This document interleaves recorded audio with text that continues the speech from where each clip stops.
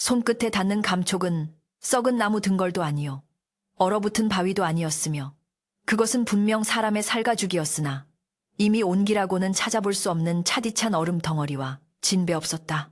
칠흑 같은 어둠 속에서 휘몰아치는 눈보라는 마치 굶주린 늑대떼처럼 울부짖으며 만석의 고막을 찢어놓을 듯 달려들었고, 한치 앞도 분간할 수 없는 설산의 능선 위에서 그는 제 발부리에 걸린 기이한 물체를 더듬으며 숨을 헐떡였다.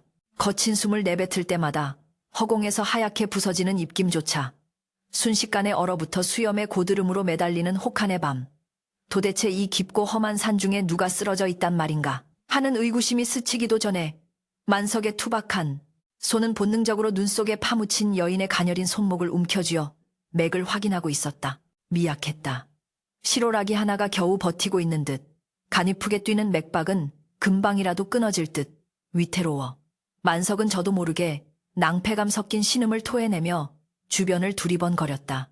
이보시오. 정신 차리시오. 이 엄동설 안에 여기서 잠들면 그 길로 황천길이란 말이오. 만석이 목청껏 소리쳐 보았으나 그의 외침은 사나운 바람 소리에 묻혀 허무하게 흩어질 뿐이었고, 여인은 마치 세상의 모든 고통을 잊은 듯 창백한 얼굴로 눈을 감은 채 미동조차 하지 않았다.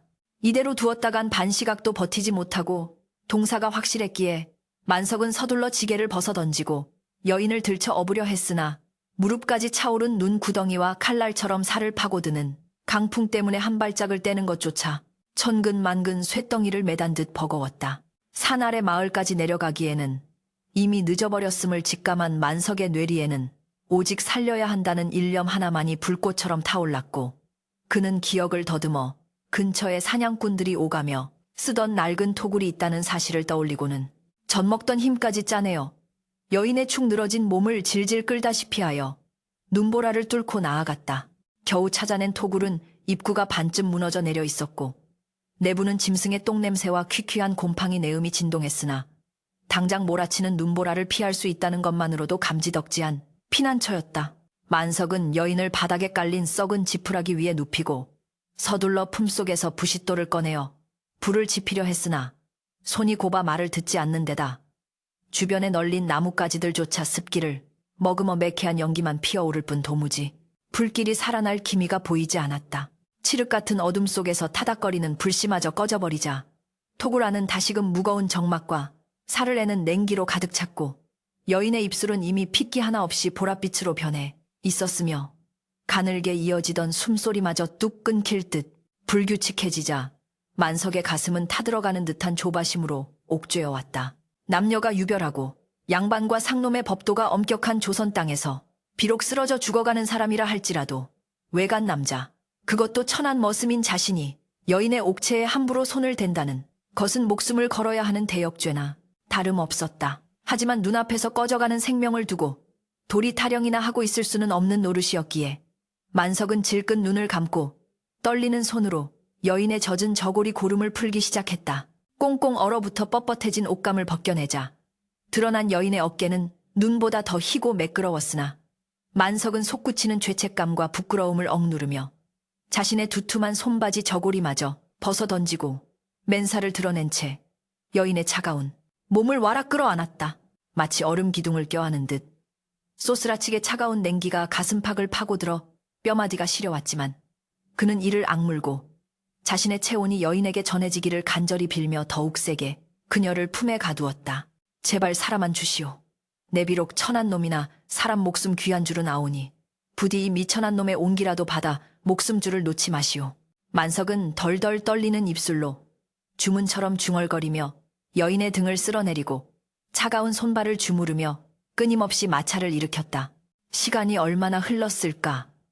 자신의 몸도 감각이 없어질 만큼 지쳐갈 무렵 기적처럼 여인의 몸에서 미약하게나마 온기가 돌기 시작했고, 얼음장 같던 피부가 조금씩 부드러워지는 것이 느껴졌다. 만석의 거친 가슴털에 얼굴을 묻은 여인이 무의식 중에 따스함을 찾아 파고들자 만석은 묘한 전율과 함께 형언할 수 없는 연민을 느끼며 자신의 겉옷을 끌어다가 두 사람의 몸 위로 덮어주었고, 밖에서 울부짖던 바람 소리도 조금씩 잦아들며 토굴 안에는 두 사람의 거친 숨소리만이 얽혀 공명했다.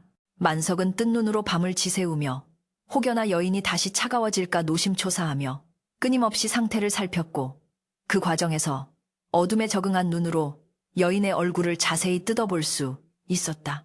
헝클어진 머리카락 사이로 드러난 이목구비는 비록 창백하고 초췌했으나 깎아지른 듯한 콧날과 앵두 같은 입술, 그리고 귀티가 흐르는 선은 평범한 시골 안악의 것이라고는 도저히 믿을 수 없을 만큼 고고하고 아름다웠다.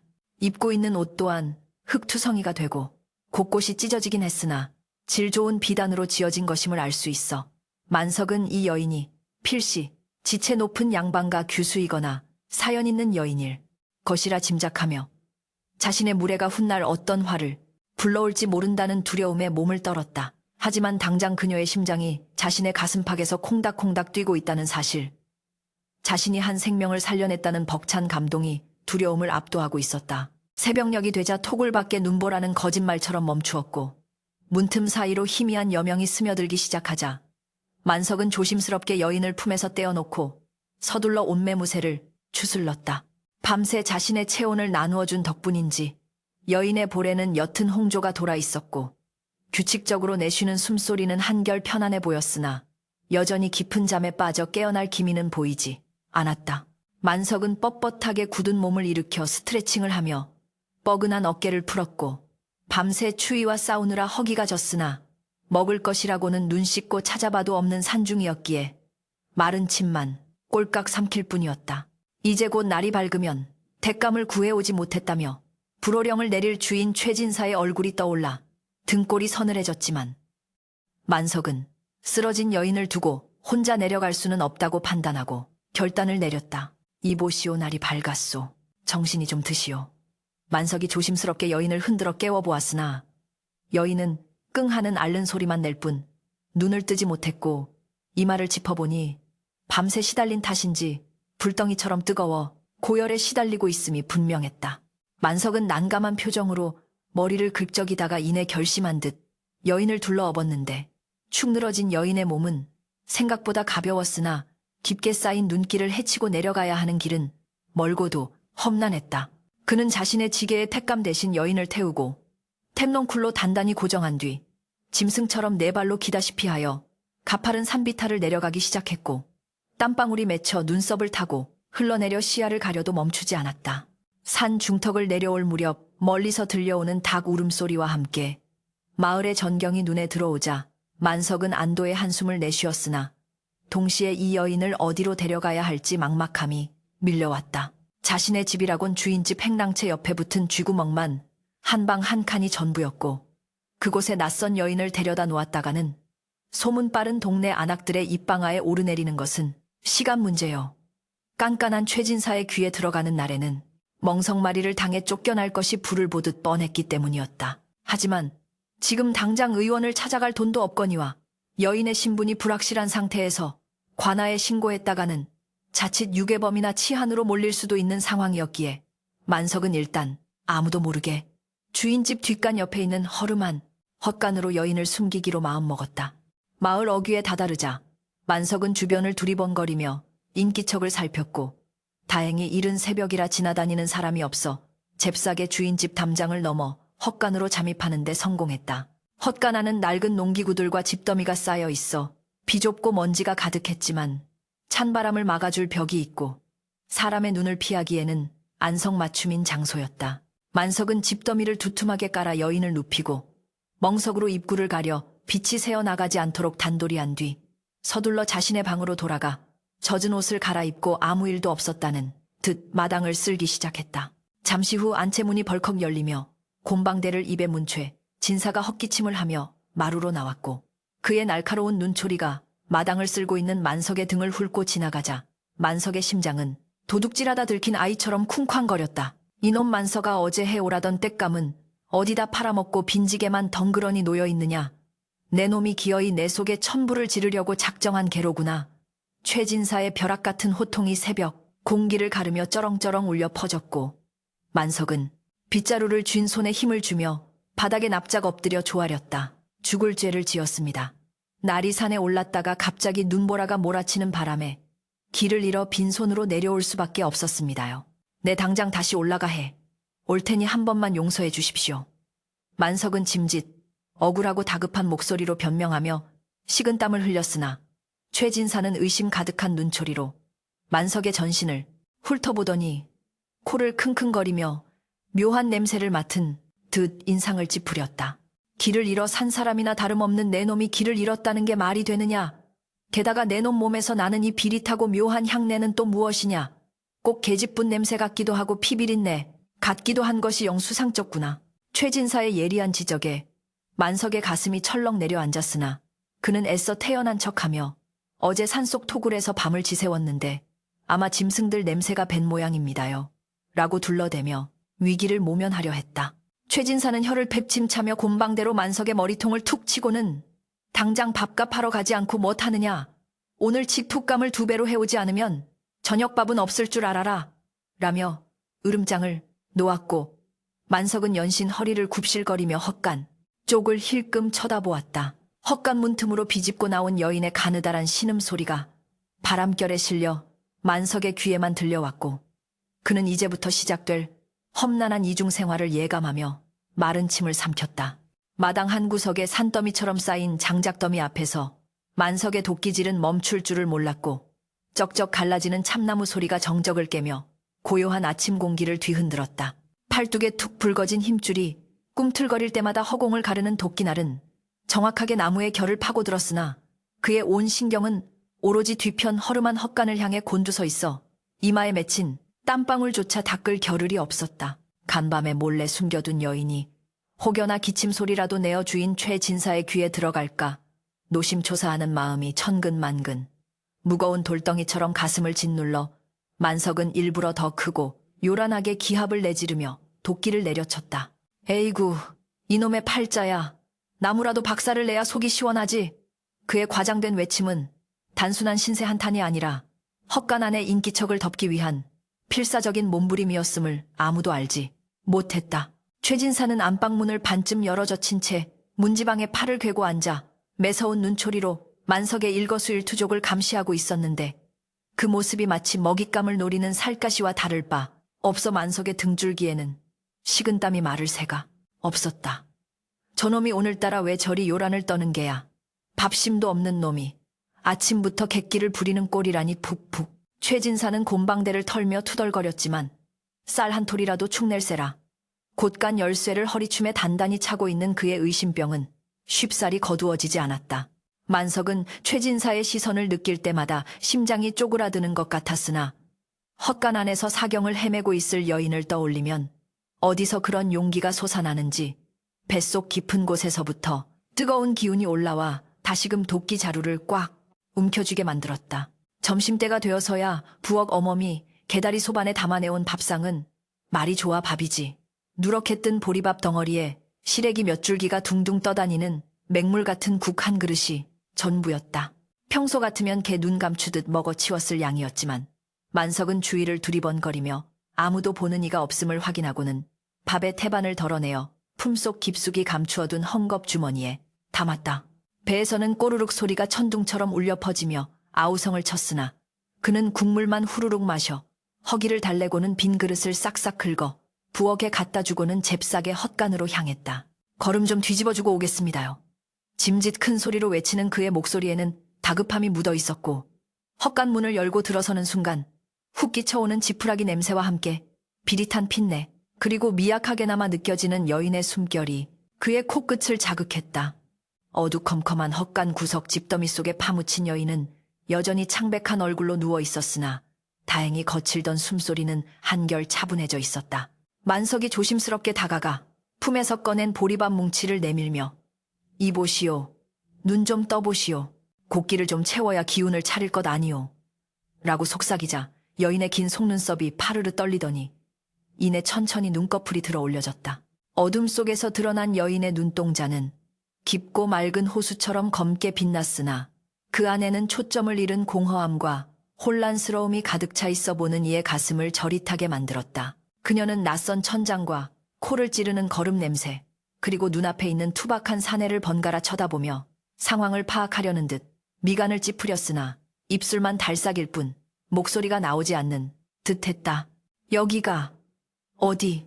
한참 만에야 터져나온 여인의 목소리는 갈라지고 쉬어 있었지만 그 말투에는 숨길 수 없는 위엄과 기품이 서려 있어 만석은 저도 모르게 무릎을 꿇고 자세를 고쳐 앉게 되었다. 여기는 최진사 댁 헛간입니다요. 제가 산에서 쓰러져 계신 것을 업고 내려왔습지요. 일단 이거라도 좀 드십시오. 뜨거운 미음이라도 쏘아오고 싶었으나 사정이 여의치 않아 만석은 죄송스러운 마음에 말끝을 흐리며 보리밥을 조금씩 떼어 여인의 입가에 가져다 주었다. 여인은 잠시 머뭇거리더니 생존 본능이 앞선 듯 만석이 주는 밥을 받아먹기 시작했고 비록 차갑게 식어버린 거친 보리밥이었으나 그녀에게는 생명을 이어주는 동아줄과도 같았다. 밥알이 목구멍을 넘어가자 여인의 창백한 뺨에 조금씩 혈색이 돌기 시작했고 만석은 그 틈을 타 물어보았다. 도대체 어인일로 그 험한 산 중에 홀로 계셨습니까? 댁은 어디시며 함자는 어찌 되시는지요? 그러나 여인은 만석의 물음에 멍하니 허공을 응시할 뿐 마치 머릿속이 하얀 눈밭처럼 지워진 듯 아무런 대답도 하지 못했다. 기억이 나지 않습니다. 내가 누구인지 왜 그곳에 있었는지 아무것도. 여인이 떨리는 손으로 자신의 머리를 감싸쥐며 괴로워하자 만석은 더 이상 묻는 것이 무리라고 판단하고 서둘러 화제를 돌렸다. 아이고 무리하지 마십시오. 머리를 다치신 모양인데 차차 기억이 돌아오겠지요. 일단은 몸부터 추스르는 게 급선무입니다. 그때였다. 헛간 밖에서 만석이 이놈 걸음 뒤집는 놈이 뭣하느라 이리 조용하냐 하는 최진사의 날카로운 고함이 들려왔고 곧이어 자박자박 발자국 소리가 헛간 쪽으로 다가오기 시작했다. 만석의 심장은 쿵 하고 내려앉았고 여인 역시 본능적으로 위험을 감지한 듯 몸을 움츠리며 공포에 질린 눈으로 만석을 쳐다보았다. 이대로 최진사가 문을 열고 들어오면 모든 것이 끝장이었다. 만석은 다급하게 여인을 집더미 깊숙이 밀어넣고 그 위로 낡은 멍석과 농기구들을 어지럽게 덮어 위장한 뒤 쇠스랑을 집어들고 바닥을 힘차게 찍으며 노동요를 흥얼거리는 척 연기했다. 어기어차 똥걸음이 썩어야 나락이 잘 되지. 그의 목소리는 덜덜 떨리고 있었으나 겉으로는 태연함을 가장하려 애썼다. 끼익 낡은 경첩이 비명을 지르며 헛간 문이 열리고 최진사의 갓쓴 머리가 불쑥 들이밀어졌다.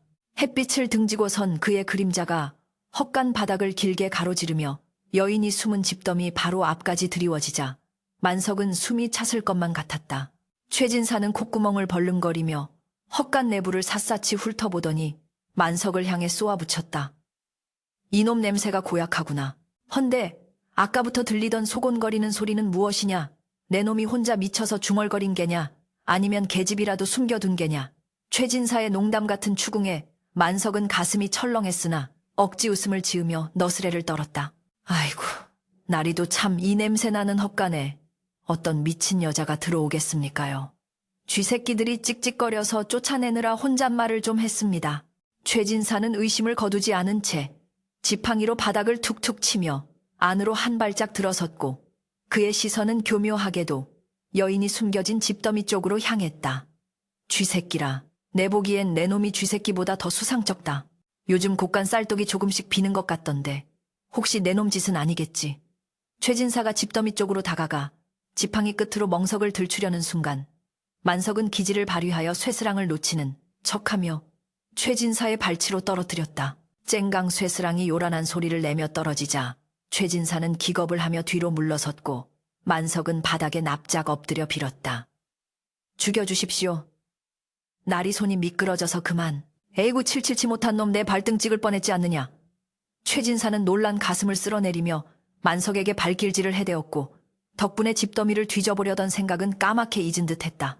그는 혀를 차며 썩을 놈. 저녁 때까지 걸음 다 못 뒤집어 놓으면 국물도 없을 줄 알아라 하고는 운 돌아서 나갔다. 닫히는 문 소리와 함께 멀어지는 발자국 소리를 들으며 만석은 그제야 참고 있던 숨을 몰아쉬며 바닥에 주저앉았다. 온몸이 땀으로 흠뻑 젖어 있었고 다리는 후들거려 일어설 수조차 없었지만 집더미 속에서 안도의 한숨을 내쉬는 여인의 기척을 느끼자 묘한 안도감과 함께 입가에 미소가 번졌다. 그날 밤 만석은 잠을 이루지 못하고 뒤척이다가 조용히 일어나 앉았다. 낮에 보았던 여인의 고운 손이 자꾸만 눈앞에 아른거렸다. 거칠고 투박한 자신의 손과는 달리 백옥같이 희고 고운 그녀의 손은 물 한 방울 묻혀보지 않았을 귀한 신부님을 증명하고 있었다. 그런 귀한 분이 어찌하여 산속에 버려지다시피 쓰러져 있었을까? 그리고 기억을 잃은 그녀의 머릿속에는 어떤 무서운 비밀이 숨겨져 있는 것일까? 만석은 벽 너머 헛간 쪽을 바라보며 깊은 한숨을 내쉬었다. 그녀를 살린 것은 잘한 일이었지만 그로 인해 자신의 비천한 삶에 감당하기 힘든 파도가 밀려오고 있음을 직감했기 때문이었다. 만석은 주섬주섬 옷을 챙겨 입고 다시 헛간으로 향했다. 밤이 깊어 기온이 뚝 떨어졌기에 여인이 추위에 떨고 있을까 걱정이 되어서였다. 조심스럽게 문을 열고 들어가니 여인은 집더미 위에 앉아 멍하니 자신의 손바닥을 내려다보고 있었다. 달빛이 문틈으로 스며들어 그녀의 옆벌구를 비추었는데 그 모습이 마치 지상에 유배온 선녀처럼 처연하고 아름다워 만석은 잠시 숨을 죽이고 바라보았다. 여인은 인기척을 느끼고 고개를 돌려 만석을 바라보았고 그 눈빛은 낮보다 한층 더 맑고 깊어져 있었다. 오셨습니까? 여인의 목소리는 낮보다 힘이 실려 있었고 말투 또한 자연스럽게 하대를 하지 않고 존대를 쓰고 있었다. 만석은 당황하여 손사래를 쳤다. 아이고 말씀 낮추십시오. 저는 그저 이 집의 천한 머슴일 뿐입니다. 어찌 귀한 분께서. 그러자 여인은 고개를 저으며 희미하게 웃었다. 내 신분이 무엇이었든 지금 내 목숨을 쥐고 있는 분은 그대입니다. 생명의 은인에게 어찌 함부로 대하겠습니까? 그리고 그녀는 잠시 말을 멈추고 자신의 가슴팍을 어루만지며 말을 이었다. 기억은 나지 않으나 이 가슴 속에 무언가 뜨거운 것이 남아 있습니다. 분노인지 슬픔인지 모를 덩어리가 이것이 나를 숨쉬게 하는 것 같습니다. 만석은 그녀의 말뜻을 온전히 이해할 수는 없었으나 그녀가 겪었을 고초가 예사로운 것이 아님을 짐작할 수 있었다. 그는 품에서 삶은 고구마 한 개를 꺼내어 내밀었다. 저녁 설거지를 돕다가 몰래 하나 챙겼습니다. 아직 따뜻하니 드십시오. 여인은 고구마를 받아 들고는 물끄러미 바라보다가 불쑥 눈물을 뚝뚝 흘리기 시작했다. 고맙습니다. 정말 고맙습니다. 그녀의 눈물은 단순히 배고픔 때문이 아니라 벼랑 끝에서 만난 타인의 따스한 온정에 대한 사무치는 고마움이었으리라. 만석은 어쩔 줄 몰라 하며 그녀의 우는 모습을 지켜보았고 좁고 누추한 헛간 안에서 두 사람의 마음은 신분의 벽을 넘어 조금씩 얽혀 들어가기 시작했다. 그러나 헛간 밖 어둠 속에서 번뜩이는 두 개의 눈동자가 있었으니 그것은 바로 최진사의 심부름꾼인 억새였다. 그는 낮에 최진사가 헛간을 수상히 여겼다는 말을 엿듣고는 공을 세워 주인에게 잘 보일 요량으로 밤새 헛간을 감시하고 있었던 것이다. 억새는 문틈으로 새어나오는 두 사람의 대화 소리와 희미한 불빛을 확인하고는 비릿한 미소를 지으며 어둠 속으로 사라졌다. 걸렸다 이놈들. 내일 날이 밝으면 요절을 내주마. 차가운 겨울바람에 실려 흩어지는 억새의 독백은 다가올 비극을 예고하며 밤의 정막을 더욱 무겁게 짓눌렀다.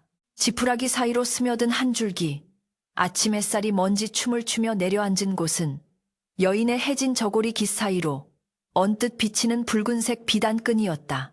만석이 조심스레 가져다준 미지근한 숭늉, 한 사발을 비운 여인은 이제야 비로소 사람다운 생기를 되찾은 듯 했으나 그 눈빛만은 여전히 깊은 우물 속에 잠긴 듯 침울하고도 무거웠다. 만석은 헛간문에 귀를 바짝 대고 밖의 동태를 살피다가 인기척이 없음을 확인하고는 나지막한 목소리로 물었다. 밤새 별일 없으셨습니까? 몸은 좀 어떠신지요? 여인은 대답 대신 천천히 고개를 끄덕이더니 떨리는 손길로 자신의 품속 깊은 곳을 더듬어 무언가를 꺼내 들었다. 그것은 궁극물에 절어버린 겉옷과는 전혀 어울리지 않는 핏빛처럼 선명하고 고운 붉은 비단 주머니였다. 만석은 저도 모르게 마른 침을 삼키며 그것을 응시했고 여인의 손끝에서 풀려난 주머니끈이 스르르 미끄러지자 그 안에서 영롱한 비취색 광채가 뿜어져 나와 어두컴컴한 헛간을 환하게 밝혔다. 이것은 만석의 눈이 휘둥그레졌다. 주머니 속에서 나온 것은 어른 손바닥만 한 크기의 옥패 유패였는데 표면에는 구름을 휘감고 승천하는 용과 봉황의 문양이 정교하게 조각되어 있어 문외한인 만석이 보기에도 예사 물건이 아님이 분명했다. 그 곁에는 꼬깃꼬깃 접힌 낡은 한지 한 장이 함께 들어있었는데 종이 귀퉁이에는 검붉은 인주 자국, 아니 어쩌면 말라붙은 핏자국일지도 모를 얼룩이 선명하게 남아있었다. 여인은 그 옥패를 소중히 어루만지며 잠긴 목소리로 입을 열었다. 밤새 열에 들떠 오락가락하는 와중에 꿈을 꾸었습니다. 불타는 기와집 비명소리, 그리고 아버지께서 마지막으로 제 손에 쥐어주시던 이 차가운 감촉. 그녀의 눈가에 이슬이 맺히더니 이내 볼을 타고 흘러내려 옥패 위로 떨어졌다. 기억이 온전치는 않으나 이것이 제 목숨보다 귀한 것이라는 사실만은 뼈에 사무치게 느껴집니다. 이것 때문에 우리 가문이 멸문지화를 당했는지도 모릅니다. 만석은 멸문지화라는 무시무시한 단어에 등골이 오싹해짐을 느꼈다. 평생 땅이나 파먹고 살던 자신에게 감당할 수 없는 거대한 운명의 소용돌이가 들이닥친 것만 같아 당장이라도 도망치고 싶은 충동이 일었으나 눈앞에서 떨고 있는 여인의 가녀린 어깨를 보는 순간 두려움보다는 지켜주어야 한다는 사명감이 불길처럼 솟구쳤다. 부인, 아니 아씨. 소인이 무식하여 그 물건의 정체는 모르겠으나 그리 귀하고 위험한 물건이라면 함부로 꺼내 보여서는 아니 됩니다. 이 세상에는 짐승보다 못한 욕심쟁이들이 득실거리니까요. 만석이 급히 여인의 손을 감싸 쥐어 옥패를 다시 주머니에 넣게 하자 여인은 만석의 투박한 손등 위에 자신의 손을 포개며 젖은 눈으로 그를 올려다보았다. 제 이름은 서연이라 했던 것 같습니다. 이 은혜 죽어서도 잊지 않겠습니다. 같은 시각 사랑채 아랫목에서는 최진사가 곰방대를 탁탁 털며 억새의 보고를 듣고 있었다. 억새는 주인 앞에서 굽실거리면서도 눈동자만은 탐욕스럽게 번들거리고 있었는데 그가 내뱉는 말 한마디 한마디는 최진사의 귀를 솔깃하게 만들기에 충분했다. 나리, 제가 제 두 눈으로 똑똑히 보았습니다요. 어젯밤 만석이 놈이 헛간에서 웬 계집과 소곤거리는데 그 계집 때깔이 예사롭지 않았습니다. 헌데 더 기가 막힌 것은 말입니다요. 억새는 짐짓뜸을 들이며 최진사 앞으로 바짝 다가앉아 목소리를 낮췄다. 그 계집품에서 번쩍거리는 것이 나왔는데 문틈으로 얼핏 보아하니 금덩이 아니면 옥덩이 같은 보물이 틀림없습니다. 만석이 그놈이 그걸 보고 입이 떡 벌어지더라니까요. 뭐라 보물. 최진사의 눈이 뱀처럼 가늘어지더니 이내 탐욕스러운 빛을 띠며 번쩍였다. 돈이라면 사족을 못 쓰는 그에게 굴러들어온 호박 같은 소식이었다. 만석이 이놈이 감히 주인 몰래 계집질을 하는 것도 모자라 장물아비지까지 하고 있었단 말이냐. 내 그놈의 꿍꿍이가 수상하다 했더니 기어이 사단이 났구나. 최진사는 무릎을 탁 치며 벌떡 일어섰다. 그의 머릿속에는 이미 만석이와 여인을 관아에 넘겨 포상금을 챙기는 것은 물론이요, 그들이 가지고 있다는 보물을 가로채어 한몫 단단히 잡을 계략이 팽팽 돌아가고 있었다. 여봐라, 당장 마당쇠와 돌쇠를 불러라. 그리고 헛간 문을 밖에서 걸어 잠그고 쥐새끼 한 마리 빠져나가지 못하게 포위하거라. 최진사의 고함 소리가 아침의 정적을 깨뜨리며 살벌하게 울려 퍼졌다. 만석은 헛간 안에서 여인에게 옥패를 깊이 숨기라 당부하고는 밖에서 들려오는 심상치 않은 발자국 소리에 신경을 곤두세웠다. 수십 개의 발소리가, 헛간을 에워싸는 소리, 웅성거리는 하인들의 목소리, 그리고 무엇보다 최진사의 날카로운 호통 소리가 점점 가까워지고 있었다. 이놈 만서가 내 놈이 제 발로 기어나오겠느냐, 아니면 내가 들어가서 내 놈들 뼈를 추려주랴. 만석은 사태가 걷잡을 수 없이 흘러가고 있음을 직감했다. 그는 여인을 집더미 뒤쪽 가장 어두운 구석으로 밀어넣으며 다급하게 속삭였다. 무슨 일이 있어도 나오지 마십시오. 저들이 노리는 건 저일 겁니다. 제가 어떻게든 막아볼 테니 기회를 보아 뒷문으로 도망치십시오. 하지만 여인은 고개를 세차게 저으며 만석의 옷자락을 붙잡았다. 안 됩니다. 저 때문에 그대가 화를 입는 것을 볼 수 없습니다. 어서 숨으라니까요. 만석이 여인의 손을 뿌리치고 쇠스랑을 집어드는 순간 쾅 하는 굉음과 함께 낡은 헛간 문이 박살나며 떨어져 나갔다. 흙먼지가 자욱하게 피어오르는 가운데 뒷짐을 진 최진사가 위풍당당하게 들어섰고 그 뒤로 몽둥이를 든 하인들이 험악한 표정으로 들이닥쳤다. 네, 이놈 만석아, 내 집을 음란한 소굴로 만들고 도적질까지 모의하다니 하늘이 두렵지도 않느냐. 최진사는 짐짓 정의로운 척 호통을 쳤으나 그의 시선은 만석을 넘어 집더미 뒤쪽을 샅샅이 훑고 있었다. 만석은 쇠스랑을 앞세워 최진사를 가로막으며 소리쳤다. 날이 억울합니다. 저는 그저 길 잃은 사람을 구했을 뿐 도적질이라니 당치도 않습니다. 길 잃은 사람 허허 핑계도 좋구나. 그렇다면 그 귀하다는 보물은 또 무엇이냐. 최진사가 비웃으며 손짓하자 억새가 튀어나와 깐죽거렸다. 내 놈이 어젯밤에 낄낄거리며 만지작거리던 그 번쩍거리는 거 말이다. 어서 날 있게 바치고 용서를 빌어라. 만석의 얼굴이 하얗게 질렸다. 억새가 모든 것을 지켜보고 있었던 것이다. 변명의 여지가 없게 되자 만석은 이를 악물고 버티려 했으나 돌쇠와 마당쇠가 양옆에서 달려들어 만석의 팔을 꺾고 무릎을 꿇렸다. 이거 놓지 못해 나리. 제발 자비를 베풀어 주십시오. 만석이 몸부림치며 절규했으나 최진사는 냉혹한 표정으로 지팡이 끝으로 집더미를 쑤셔대기 시작했다. 나와라. 내년이 숨어있는 걸 다 알고 있다. 제발로 나와 보물을 바치면 목숨만은 살려주마. 최진사의 지팡이가 집더미를 허물어뜨리자 마침내 구석에 웅크리고 있던 여인의 모습이 드러났다. 흙투성이가 된 채 공포에 질려 있으면서도 서연은 고개를 꼿꼿이 들고 최진사를 노려보았다. 그녀의 기품 있는 자태에 하인들이 잠시 주춤했으나 최진사는 오히려 먹잇감을 발견한 맹수처럼 입맛을 다셨다. 호호 듣던 대로 반반하구나. 내년이 감춘 그 붉은 주머니 어서 내놓지 못할까. 최진사가 손을 내밀며 다가오자 만석은 억눌린 상태에서도 목이 터져라 소리쳤다. 손대지 마십시오. 그건 건드려선 안 될 물건입니다. 하지만 최진사는 들은 채도 하지 않고 서연의 멱살을 잡아채려 했고 위기의 순간 서연은 품속에서 붉은 주머니를 꺼내는 척하다가 재빨리 집더미 속에 숨겨두었던 깨진 기왓장을 집어들었다. 그러나 연약한 여인의 반항은 건장한 하인들에 의해 허무하게 제압당했고 붉은 비단 주머니는 기어이 최진사의 소나귀에 들어가고 말았다. 어디 보자. 이것이 무엇인고. 최진사가 떨리는 손으로 주머니 끈을 풀고 옥패를 꺼내드는 순간 밖에서 불어닥친 찬바람에 옥패가 부딪히며 청아한 소리를 내었다. 햇빛을 받아 영롱하게 빛나는 용과 봉황의 문양을 확인한 최진사의 눈이 뒤집혔다. 이것은 왕실의 물건이 아니냐. 그때였다. 옥패와 함께 들어있던 낡은 문서가 팔락거리며 바닥으로 떨어졌고 그 안에 적힌 내용이 드러나기도 전에 헛간 밖에서 천지를 뒤흔드는 고함 소리가 들려왔다. 개 아무도 없느냐? 암행어사 출두야. 마른 하늘에 날벼락 같은 소리에 최진사는 손에 든 옥패를 떨어뜨릴 뻔했고 하인들은 혼비백산하여 우왕좌왕했다.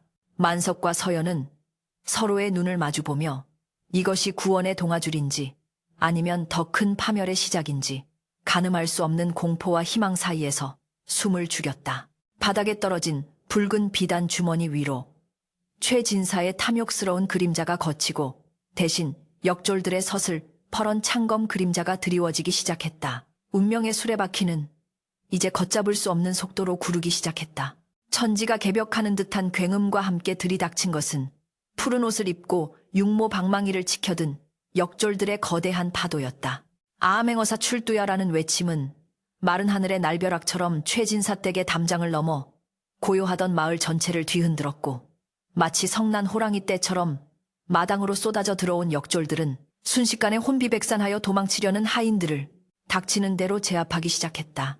흙먼지가 자욱하게 피어오르는 아비규환의 현장 속에서 방금 전까지 기세등등하게 서연의 멱살을 잡고 만석을 무릎 꿇렸던 최진사의 얼굴은 사색이 되어 파랗게 질려버렸고 그의 손에 들려있던 붉은 비단 주머니는 공포로 이내 덜덜 떨리는 손가락 사이에서 위태롭게 춤을 추고 있었다. 그는 본능적으로 이 증거물을 없애야 한다는 생각에 주머니를 소매 안으로 깊숙이 밀어 넣으려 했으나 다리가 후들거려 한 발짝도 떼지 못한 채 그 자리에 얼어붙고 말았다.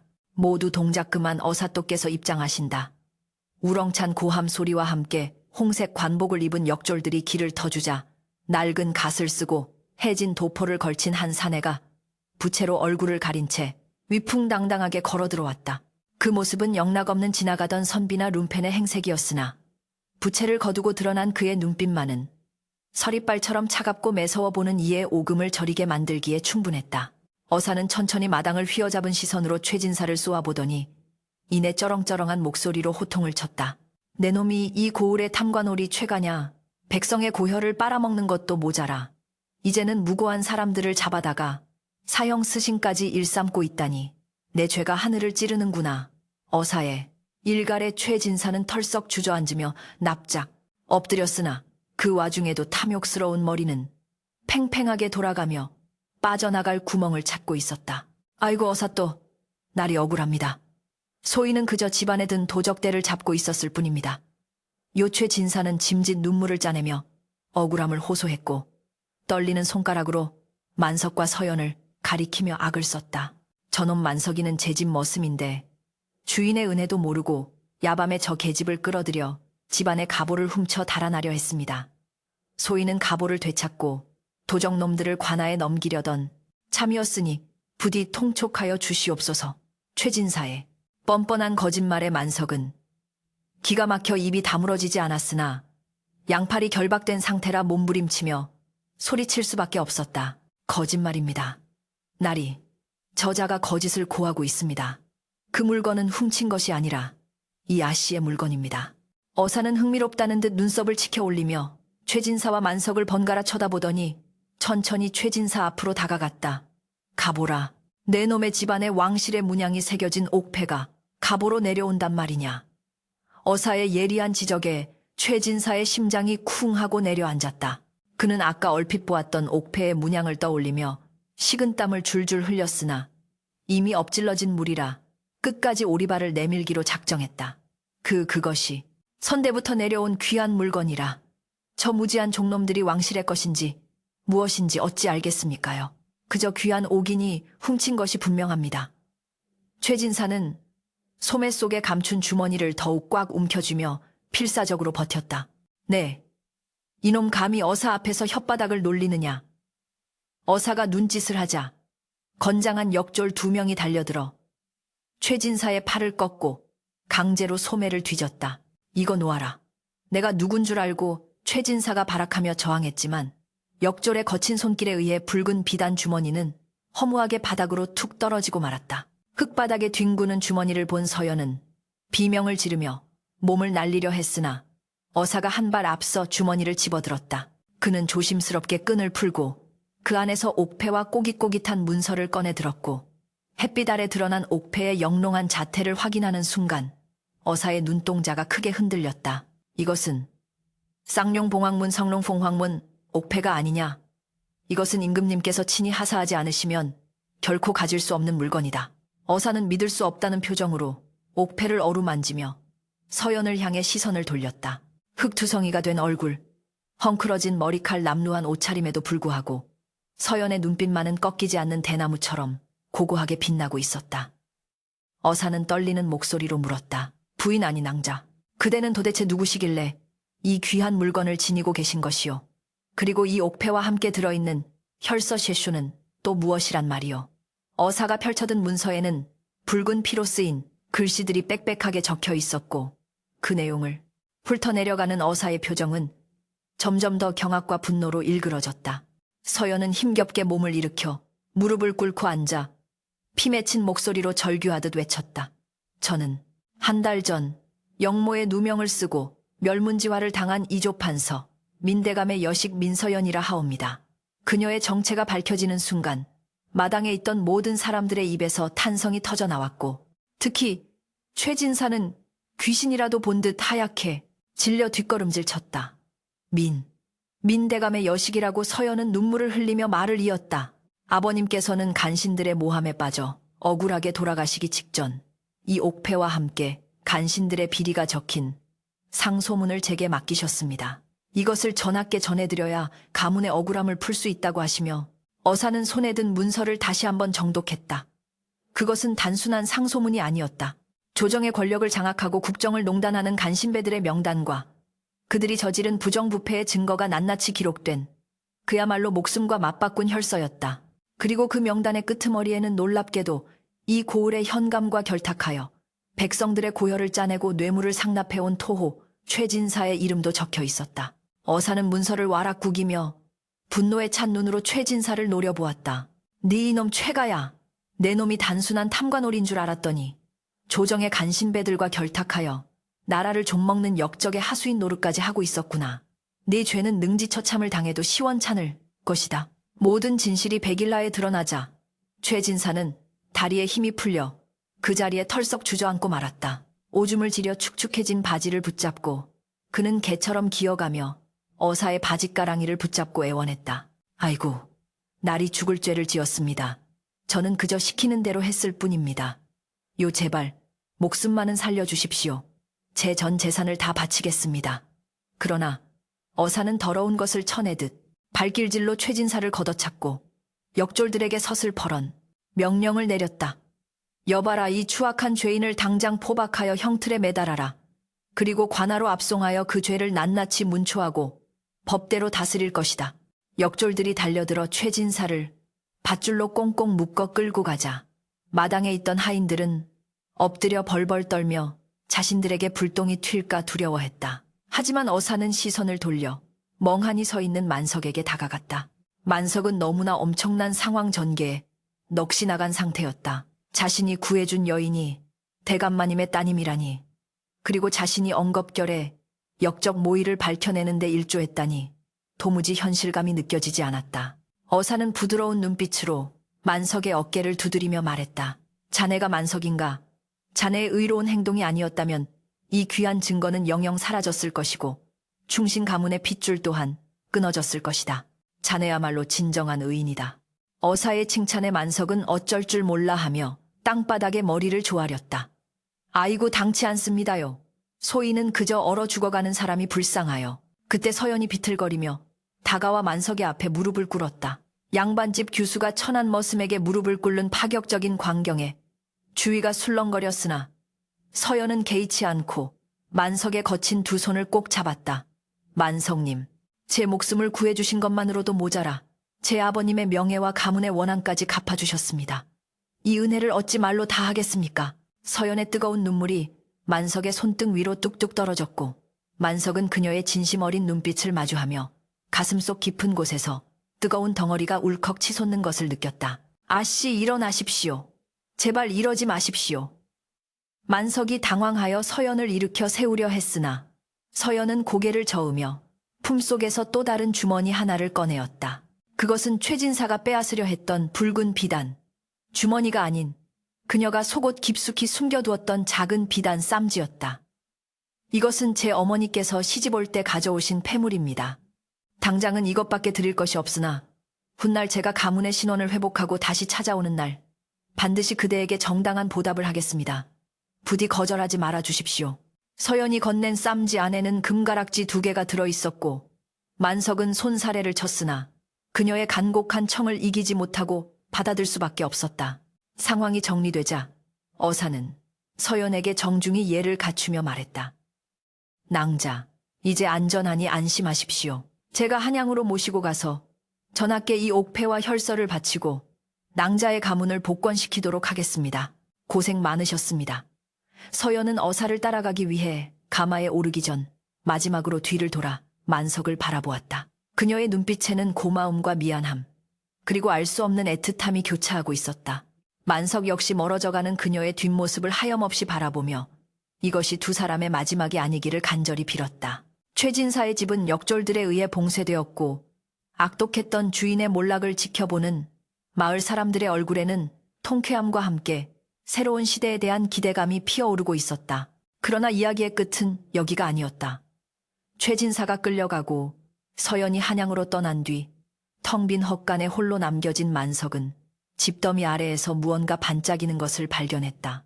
그것은 서연이 떠나기 전 만석 몰래 숨겨두었던 또 하나의 선물, 아니 어쩌면 그녀가 만석에게 남긴 약속의 증표일지도 모르는 물건이었다. 만석이 떨리는 손으로 집어든 그것은 옥패와 짝을 이루는 작은 놀이개였고 그 아래에는 기필코 다시 돌아오리라는 글귀가 적힌 쪽지가 놓여 있었다. 겨울바람이 잦아들고 따스한 햇살이 만석의 등을 비추는 가운데 녹아내리는 눈처럼 그의 고단했던 시련도 끝을 향해 가고 있었다. 이제 남은 것은 씨앗을 뿌리고 싹을 틔우는 일뿐이었다. 매서웠던 동장군의 기세도 흐르는 시간 앞에서는 어쩔 수 없는지 처마 밑에 주렁주렁 매달려 있던 고드름이 투명한 눈물을 흘리며 녹아내리기 시작했다. 최진사가 압송되어 떠난 뒤 주인 잃은 고래등 같은 기와집은 흉가처럼 적막강산으로 변해버렸으나 역설적으로 마을 사람들의 얼굴에는 비로소 따스한 봄볕이 들기 시작했다. 수탈과 횡포가 사라진 마을에는 웃음꽃이 피어났고 겨우내 얼어붙었던 계곡물은 봄을 재촉하는 듯 청아한 소리를 내며 바위 틈을 흘러내렸다. 그러나 만석의 마음 한구석에는 여전히 녹지 않은 잔설 같은 허전함이 자리 잡고 있었다. 그는 관아에서 임시로 관리하게 된 최진사의 논밭을 붙이며 성실히 일하고 있었지만 쟁기질을 하다가도 문득문득 먼 산을 바라보며 한양 쪽 하늘을 응시하곤 했다. 품속에 고이 간직한 서연이 남기고 간 옥색 놀이개와 금가락지 2개만이 그녀가 신기루가 아닌 실제 했던 인물임을 증명해줄 뿐이었다. 만석아, 저기 좀 보거라. 마을 어귀에 난리가 났다. 밭을 갈던 만석에게 이웃집 김영감이 숨을 헐떡이며 달려와 소리쳤다.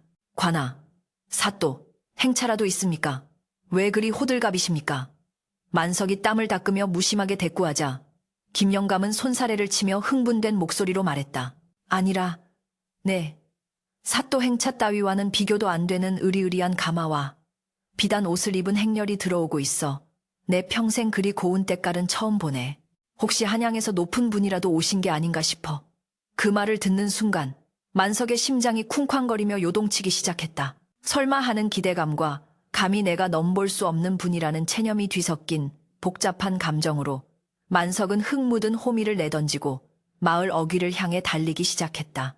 마을 입구에 들어서자 이미 수많은 구경꾼이 몰려와 웅성거리고 있었다. 그 인파 사이로 보이는 광경은 실로 장관이었다. 청사초롱을 앞세운 하인들의 행렬 뒤로 황금색 장식이 번쩍이는 화려한 가마가 위풍당당하게 들어오고 있었는데 가마를 호위하는 무사들의 기세가 등등하여 누구도 감히 앞을 가로막지 못했다. 만석이 숨을 몰아쉬며 군중 틈을 비집고 들어서자 행렬은 거짓말처럼 만석의 오두막 안이 옛 최진사의 집터 앞에서 멈춰섰다. 멈추어라. 호위무사의 우렁찬 외침과 함께 가마꾼들이 조심스럽게 가마를 내려놓았고 사방이 쥐죽은 듯 조용해진 가운데 가마의 휘장이 천천히 거쳤다. 그곳에서 걸어나온 여인은 눈보라치던 그날 밤 만석이 업고 내려왔던 그 초라한 행색의 여인과는 전혀 다른 모습이었다. 화려한 자수가 놓인 다홍 치마에 연두색 당의를 입고 머리에는 화려한 떨잠을 꽂은 그녀의 자태는 마치 구름 위에서 내려온 선녀처럼 고귀하고 눈부셨다. 하지만 그 맑고 깊은 눈동자 만석을 바라보며 지어 보이는 따스한 미소만은 변함없는 서연, 바로 그녀였다. 만석님, 그동안 평안하셨습니까? 서연의 목소리가 봄바람처럼 부드럽게 울려 퍼지자 멍하니 서 있던 만석은 화들짝 놀라며 땅바닥에 납작 엎드렸다. 아, 아기씨, 이 비천한 놈을 찾아 여기까지 오시다니요. 감히 얼굴을 들 수가 없습니다.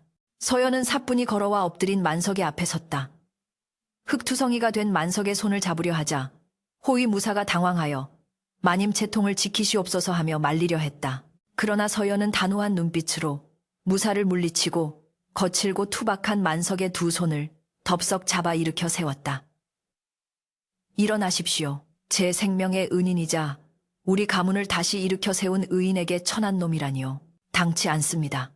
서연의 눈에는 그렁그렁한 눈물이 맺혀 있었다.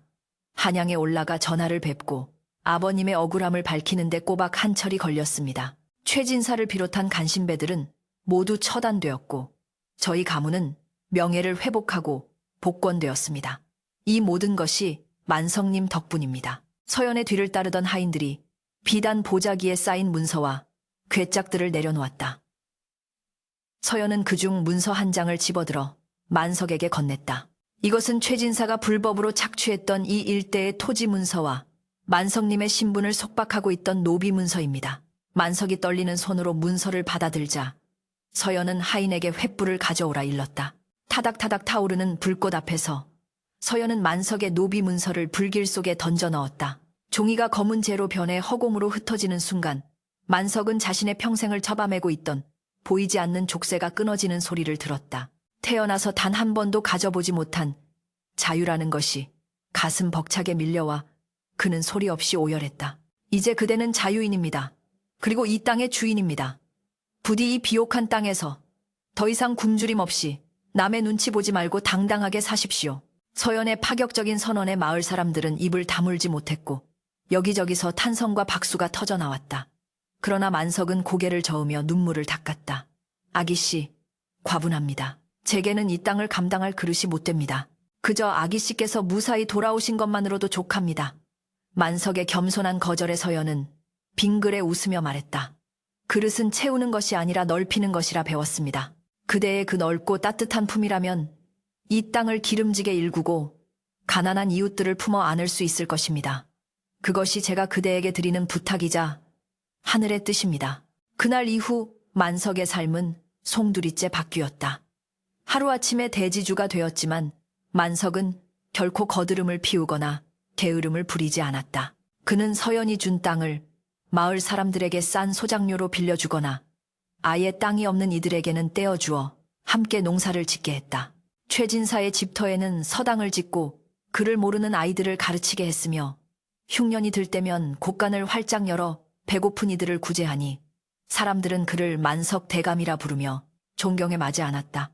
계절이 바뀌고 해가 거듭될수록 만석의 명성은 인근 고을까지 자자하게 퍼져나갔다. 세월이 흘러 어느덧 만석의 머리에도 하얀 서리가 내리고 얼굴에는 깊은 주름이 패인 노년이 되었다. 따사로운 봄 햇살이 내리쬐는 사랑채 마루에 앉아 만석은 무릎 위에 앉은 손자들에게 옛날 이야기를 들려주고 있었다. 할아버지, 그래서 그 선녀님은 어떻게 되었어요? 다시 만났어요. 초롱초롱한 눈망울로 묻는 아이들의 질문에 만석은 허허 웃으며 먼 산을 바라보았다. 서연은 그 후로도 종종 사람을 보내어 만석의 안부를 묻고 귀한 약재나 서책을 보내오곤 했다. 비록 신분의 차이로 인해 부부의 연을 맺지는 못했으나 두 사람은 평생을 서로의 영혼을 지탱해주는 벗이자 은인으로 마음을 나누며 살았다. 그 선녀님은 한양에서 훌륭한 정승의 부인이 되어 많은 사람을 돕고 살았단다. 하지만 할아버지는 알고 있지. 그분 마음속에는 언제나 눈 덮인 산속 오두막의 온기가 남아있다는 것을. 만석은 품속에서 낡고 빛바랜 옥색 놀이개를 꺼내어 햇빛에 비추어 보았다. 세월의 때가 묻었지만 여전히 영롱한 빛을 뿜어내는 놀이개는 춥고 배고팠던 시절 목숨을 걸고 지켜낸 양심과 사랑의 증표였다. 얘들아, 명심하거라. 사람의 귀천은 태어난 핏줄에 있는 것이 아니라 그 마음 씀씀이에 있는 것이다. 아무리 추운 겨울이라도 따뜻한 마음 하나면 언 땅을 녹이고 꽃을 피울 수 있는 법이란다. 마당에는 흐드러지게 핀 매화꽃잎이 봄바람을 타고 눈송이처럼 흩날리고 있었다. 그 꽃비 사이로 만석은 환영처럼 서연의 젊은 날의 미소를 보았다. 눈보라가 휘몰아치던 밤, 서로의 체온에 의지해 생명의 끈을 놓지 않았던 그 치열하고도 아름다웠던 밤이 있었기에 지금의 찬란한 봄날이 있을 수 있었다. 만석은 지그시 눈을 감고 불어오는 바람에 몸을 맡겼다. 그의 입가에는 세상 그 누구보다 평온하고 행복한 미소가 걸려 있었다. 헛간의 집더미에서 시작된 인연이 만들어낸 기적. 그것은 권선징악이라는 낡은 교훈을 넘어 진심은 반드시 통하고 선행은 메아리처럼 돌아온다는 불변의 진리를 세상에 증명해 보인 한편의 아름다운 전설이 되어 대대손손 전해지게 되었다.